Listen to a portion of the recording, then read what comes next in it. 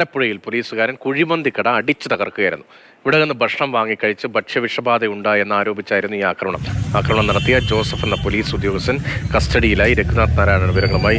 രഘു, ഈ ചില ഹോട്ടലുകൾക്കെതിരെയൊക്കെ ജനവികാരം ഉണ്ടാവുകയൊക്കെ സ്വാഭാവികമാണ്. അത്രയ്ക്ക് വലിയ കൊള്ളയാണ് പല ഹോട്ടലുകളും നടക്കുന്നത്. പക്ഷേ ഇത് ന്യായീകരിക്കാൻ കഴിയുന്ന ഒന്നല്ല. ഈ ദൃശ്യങ്ങൾ കാണുമ്പോൾ ആ പോലീസുകാരൻ അഴിഞ്ഞാടി അവിടെ എന്ന് തോന്നുന്നു. എന്താണ് സംഭവിച്ചത്?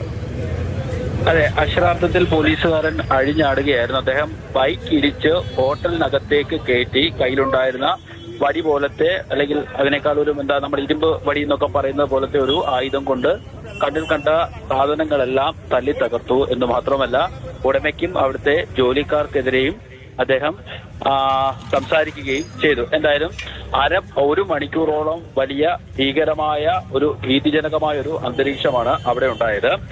വലിയ ചുടുകാണ്ട് സമീപത്തുള്ളൊരു കുഴിമന്തിക്കടയിൽ നിന്ന് കഴിഞ്ഞ ദിവസം അദ്ദേഹം മന്തി മേടിച്ചിരുന്നു. ഇതിനെ തുടർന്ന് പിന്നാലെ അദ്ദേഹത്തിനും കുടുംബത്തിനുമൊക്കെ വലിയ ശാരീരിക ബുദ്ധിമുട്ടുകൾ ഉണ്ടായി. ഇതിൽ പ്രകോപിതനായി ഇന്ന് വൈകുന്നേരത്തോടുകൂടി 6 മണിയോടുകൂടി ആ കുഴിമന്തിക്കടയിലെത്തി കണ്ണിൽ കണ്ടതെല്ലാം അടിച്ചു തകർക്കുകയായിരുന്നു. വേഗത്തിൽ തന്നെ നാട്ടുകാർ വിവരം പോലീസിനെ അറിയിച്ച് പോലീസ് എത്തിയപ്പോൾ അദ്ദേഹം വലിയ ബഹളമൊന്നും ഉണ്ടാക്കിയില്ല. പോലീസ് കസ്റ്റഡിയിലെടുത്ത സ്റ്റേഷനിലേക്ക് കൊണ്ടുപോയിട്ടുണ്ട്.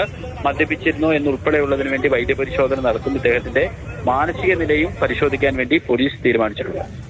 ആലപ്പുഴയിലാണ് കുഴിമന്തിക്കട അടിച്ചു തകർത്ത് പോലീസുകാരന്റെ പരാക്രമം ഉണ്ടായത്. അവിടുത്തെ ദൃശ്യങ്ങളും വിവരങ്ങളുമാണ് കണ്ടത്. രഘുനാഥ് നാരായണനാണ് റിപ്പോർട്ട് ചെയ്യുന്നത്.